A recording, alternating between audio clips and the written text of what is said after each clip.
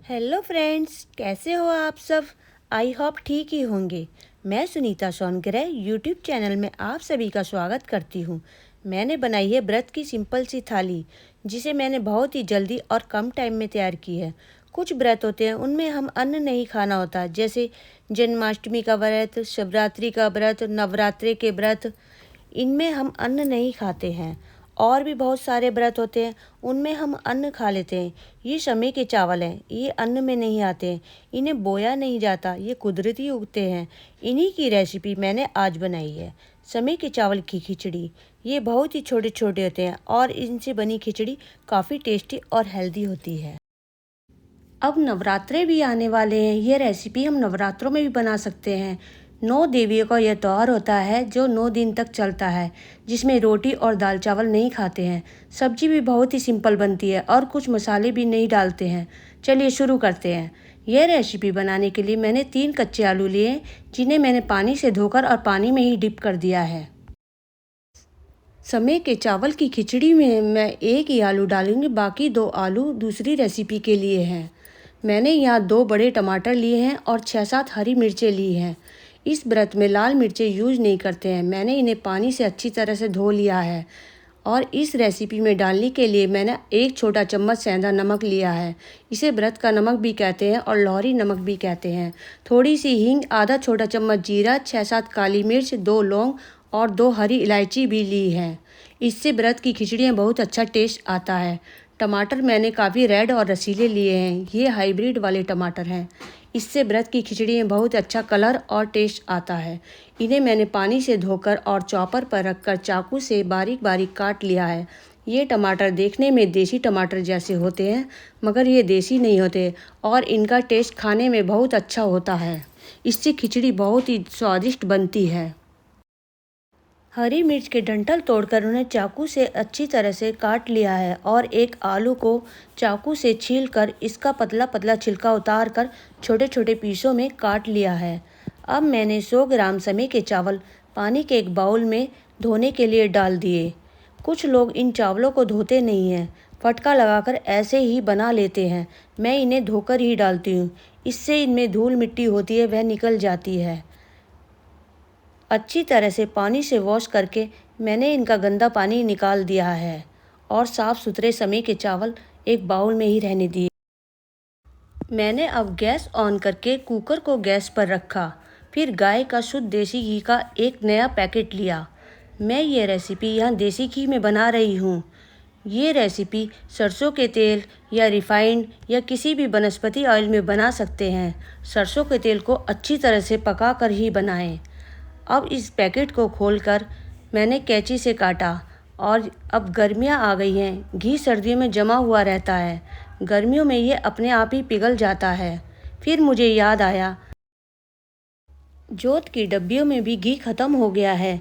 मैं जब भी नया घी का पैकेट लाती हूँ, सबसे पहले जोत जलाने के लिए 2-3 छोटी छोटी डब्बियों में डाल देती हूँ। एक डिब्बी में घी से भीगी हुई रुई बत्तियाँ रखी हुई है, ये सुबह शाम जोत जलाने के काम आएगा।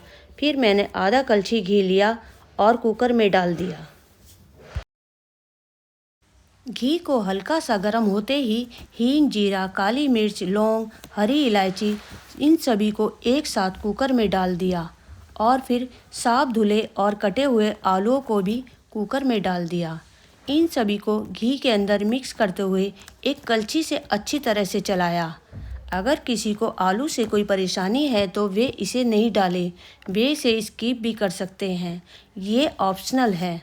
समय के चावल की इस रेसिपी में साबुत खड़े मसालों के साथ फ्राई किए हुए आलूओं की बहुत अच्छी खुशबू आती है। थोड़ी देर इसे अच्छी तरह से रोस्ट किया। अब मैंने इसमें 1 छोटा चम्मच लोहरी नमक भी डाल दिया और साथ ही पहले से ही काटे हुए बारीक टमाटर भी कुकर में डाल दिए और कुछ देर में ही काटी हुई हरी मिर्चें भी कुकर में डाल दी। इन सभी इंग्रेडिएंट्स को कुकर में डालकर अच्छी तरह से मिक्स करते हुए कलछी से अच्छी तरह से चलाया। इन सभी को कुकर में डालकर मैंने 2 मिनट तक अच्छी तरह से इन सभी को रोस्ट किया। अब मैंने धुले हुए साफ़ समय के चावल भी कुकर के अंदर डाल दिए। फिर इन्हें कलछी से सभी के साथ अच्छी तरह से मिक्स करते हुए चलाया। समय के चावल कुकर में चलाने से तले में चिपक रहे हैं। ये अच्छी तरह से सभी इंग्रेडिएंट्स और मसालों के साथ रोस्ट हो गए हैं। बाउल में थोड़े से समय के चावल रह गए थे। मैंने बाउल में पानी डालकर उसे अच्छी तरह से पानी से भर दिया। फिर मैंने वह पानी कुकर में डाल दिया। सारा पानी डालकर मैंने इसे कलछी से मिक्स करते हुए अच्छी तरह से चलाया। थोड़े से आलू कुकर के तले में चिपक गए थे। कलछी से अच्छी तरह से चलाने से वे ऊपर निकल आए। ये समय के चावल काफ़ी ज़्यादा फूलते हैं। इनमें पानी बहुत सारा डालना पड़ता है। अगर 1 कटोरी समय के चावल हैं तो हमें 10 कटोरी पानी डालना पड़ेगा, नहीं तो ये काफ़ी गाढ़े बनेंगे और चिपचिपे गोंद जैसे लगेंगे और खाने में स्वाद भी नहीं आएगा। इसीलिए पानी काफ़ी सारा डाल दिया। पानी डालकर मैंने इसे चला कर देखा। ये काफ़ी ज़्यादा सूपी लग रहे हैं, मगर ये समय के चावल बनने के बाद काफ़ी ज़्यादा गाढ़े हो जाते हैं। अब मैंने कुकर का ढक्कन लेकर कुकर को अच्छी तरह से बंद कर दिया। ये समय के चावल की खिचड़ी काफ़ी जल्दी ही बन जाती है और 1 सीटी आने पर ही यह जल्दी ही बन जाएगी। इसलिए मैंने गैस की फ्लेम को हाई किया हुआ है। हाई फ्लेम पर कुकर में प्रेशर जल्दी ही बन जाएगा और 1 सीटी भी जल्दी ही आ जाएगी। कुकर में ज़्यादा पानी भी नहीं डालना चाहिए। ज़्यादा पानी होने से जब सीटी आएगी तो वो सारा एक्स्ट्रा पानी सीटी के साथ बाहर निकलने लगता है। कुकर और गैस गंदे भी हो जाते हैं। ज़्यादा गाढ़ी खिचड़ी होने पर गर्म पानी डालकर हम उसे बाद में भी पतला कर सकते हैं। 1 सीटी आ चुकी है। अब मैंने गैस को ऑफ़ कर दिया और प्रेशर को अपने आप ठंडा होने दिया। प्रेशर ठंडा होने पर मैंने कुकर के ढक्कन को खोला। साफ धुले और कटे हरे धनिये को समय के चावल की खिचड़ी में कलछी में लेकर डाल दिया और उसे मिक्स करते हुए अच्छी तरह से चलाया। समय की खिचड़ी काफ़ी गाढ़ी बनी हुई है। मेरे घर में इस तरह की ही खाते हैं। हम इसे दही से मिक्स करते हुए खाते हैं। दही से खाने पर यह थोड़ी सी पतली हो जाती है।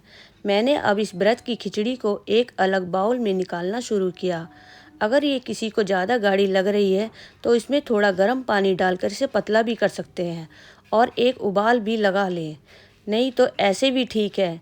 गरम गरम समय की इस खिचड़ी में जब दही डालकर खाओगे तो ये थोड़ी लिक्विड हो जाएगी और ज़्यादा पतली होने पे ये जल्दी ही पच जाती है। फिर थोड़ी देर बाद फिर भूख लगने लग जाती है। मैंने फिर गैस ऑन की और छोटी कढ़ाई गैस पर रखी। कढ़ाई में आधा कलछी देसी घी को डाला। देसी घी की जगह कोई भी ऑयल ले सकते हैं। कुछ दिन पहले मैंने व्रत वाला नमक डालकर आलू की चिप्स बनाई थी। सिर्फ 2-3 आलू की ही बनाई थी। इसकी मैंने वीडियो शूट नहीं की थी। घी गर्म हो चुका है। मैंने 4-5 कच्चे चिप्स लेकर वे कढ़ाई में डाल दिए और उन्हें फ्राई किया। ज़्यादातर ये आलू के चिप्स सरसों के तेल में ही फ्राई करती हूँ, मगर आज मेरा व्रत है तो मैं ये सभी कुछ देसी घी में ही बना रही हूँ। दोनों तरफ से ये अच्छी तरह से फ्राई हो गए। मैंने इन चिप्स को एक्स्ट्रा घी निकालने के लिए कढ़ाई के एक किनारे पर लगा दिया और फिर एक प्लेट में निकाल कर रख दिए। फिर दोबारा थोड़े से कच्चे चिप्स लिए और उन्हें कढ़ाई में डाल दिया। गैस को मैंने मीडियम फ्लेम पर किया हुआ है। बीच बीच में मैं हाई और मीडियम फ्लेम पर कर रही हूँ। इससे ये चिप्स बहुत ही अच्छी तरह से फ्राई होते हैं और ये जलते भी नहीं हैं और काफ़ी ही सफ़ेद बनते हैं। मैं कभी भी बाज़ार से ये चिप्स खरीद कर नहीं लाती हूँ। जब भी ये खाने होते हैं तो 1-2 दिन पहले से ही थोड़े से ही आलू की चिप्स बना लेती हूँ। ज़्यादा नहीं बनाती हूँ और ना ही ज़्यादा स्टोर करके रखती हूँ। मैंने ये 2 दिन पहले ही बनाई है। जब ये ख़त्म हो जाएंगे तो मैं इन्हें फिर दोबारा बना लूँगी। अब तो धूप भी काफ़ी तेज़ आती है और ये चिप्स 1 दिन में ही बन जाते हैं। चिप्स से ज़्यादा नहीं बनाने का कारण यह है कि हमारी छत पर एक तो बंदर बहुत आते हैं और 1-2 नहीं 30-40 होते हैं। इसलिए थोड़े से ही आलू की चिप्स बनाकर परात और थालियों में रखकर सुखा लेती हूँ और बार बार छत पर देखने जाना पड़ता है। बंदर सुबह से ही आ जाते हैं। जरा सा भी शोर होता है तो इन चिप्स के बर्तनों को लेकर नीचे भागना पड़ता है। ये घर की बनी हुई चिप्सें बहुत क्रंची और टेस्टी होती है। मैंने जो 2 आलू बचा कर रखे थे, अब उन्हें छीलकर लंबा लंबा काट लिया है और फिर जो कढ़ाई में बचा हुआ घी था उसी में ही मैंने हींग जीरा डालकर मैंने इन कटे हुए आलूओं को भी कढ़ाई में डाल दिया। फिर इन्हें पोनी से चलाकर घी में तलना शुरू किया। व्रत में ये फ्राई करे हुए आलू काफ़ी ज़्यादा टेस्टी लगते हैं। मैं इस तरह के फ्राई आलू बिना व्रत के भी कभी कभी बना लेती हूँ। बच्चे तो इन फ्राई आलूओं को काफ़ी पसंद करते हैं। इन आलूओं में भी मैंने व्रत वाला लोहरी नमक डाल दिया, जिसे हम सेंधा नमक भी कहते हैं। व्रत के सभी खाने की रेसिपी में यही नमक यूज करना होता है। लाल मिर्च, हल्दी ये सब नहीं डालने होते हैं। हरी मिर्च, काली मिर्च ही डाल सकते हैं। आलू को उबालकर पतली पतली तरी वाली सब्जी भी बना सकते हैं और कूटू के पकोड़े भी बना सकते हैं। उसमें इन आलूओं को कूटू के वेटर में डालकर और लोहरी नमक और काली मिर्च डालकर डीप फ्राई कर लेते हैं। वे भी बहुत टेस्टी लगते हैं। आलू थोड़े से गल जाएं, इसलिए मैंने ढक्कन से इन्हें ढक दिया। गैस को मैंने धीमा ही रखा हुआ है। 2 मिनट बाद मैंने ढक्कन को हटा दिया।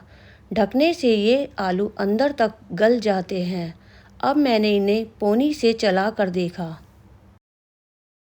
सभी आलूओं का कच्चापन तो ख़त्म हो गया है, यानी कि आलू तो कुक हो गए हैं, मगर ये अभी करारे नहीं हुए हैं। व्रत की चिप्स भी तैयार है। इनमें ऊपर से सेंधा नमक और कुटी हुई काली मिर्च डाल सकते हैं, मगर मैंने इनमें से कुछ भी नहीं डाला। ये चिप्स पहले से ही नमकीन हैं। आलू भी अब थोड़े थोड़े से करारे हो गए हैं। हल्के से और करारे करने हैं। करारे करारे आलू दही के साथ खाने में बहुत ही टेस्टी लगते हैं और गर्मी भी होती है। आलू भी काफ़ी गर्म होते हैं, यानी कि इनकी तासीर काफ़ी गर्म होती है। ठंडी ठंडी दही से खाने में ये बहुत ही टेस्टी लगते हैं। अब कढ़ाई में सभी आलू अच्छी तरह से रोस्ट हो चुके हैं और काफ़ी क्रंची भी लग रहे हैं। इस पर बहुत ही सुंदर कलर आया है। मैंने अब व्रत की थाली लगाने की तैयारी करने लगी। सबसे पहले मैंने 2 फ्रूट लिए, एक ऑरेंज और एक सेब, और 1 चम्मच चीनी ली, क्योंकि व्रत में सबसे पहले मीठा ही खाया जाता है। मीठा खाकर ही व्रत खोला जाता है। आधा कटोरी दही लिया, थोड़े से आलू के चिप्स और थोड़े से ही फ्राइड आलू लिए और समय के चावल की यह हेल्दी सी खिचड़ी डाली। आप सभी को मेरी नवरात्रि के व्रत की थाली कैसी लगी, कृपया मुझे ज़रूर बताइए। और नवरात्रि के व्रत की रेसिपी की ये पोस्ट कैसी लगी, यह भी ज़रूर बताइए। अगर आप मेरे चैनल पर पहली बार आए हो तो मेरे चैनल को सब्सक्राइब करें, ताकि मेरी नई रेसिपीज़ की नोटिफिकेशन आपको तुरंत मिल जाए। अगर आपको मेरी ये रेसिपीज़ की पोस्ट अच्छी लगी हो तो एक लाइक ज़रूर करें। मैं ऐसी ही नई नई रेसिपी की पोस्ट डालती रहूँगी। यहाँ तक बने रहने के लिए धन्यवाद। मिलते हैं फिर नेक्स्ट वीडियोज़ में। Bye bye.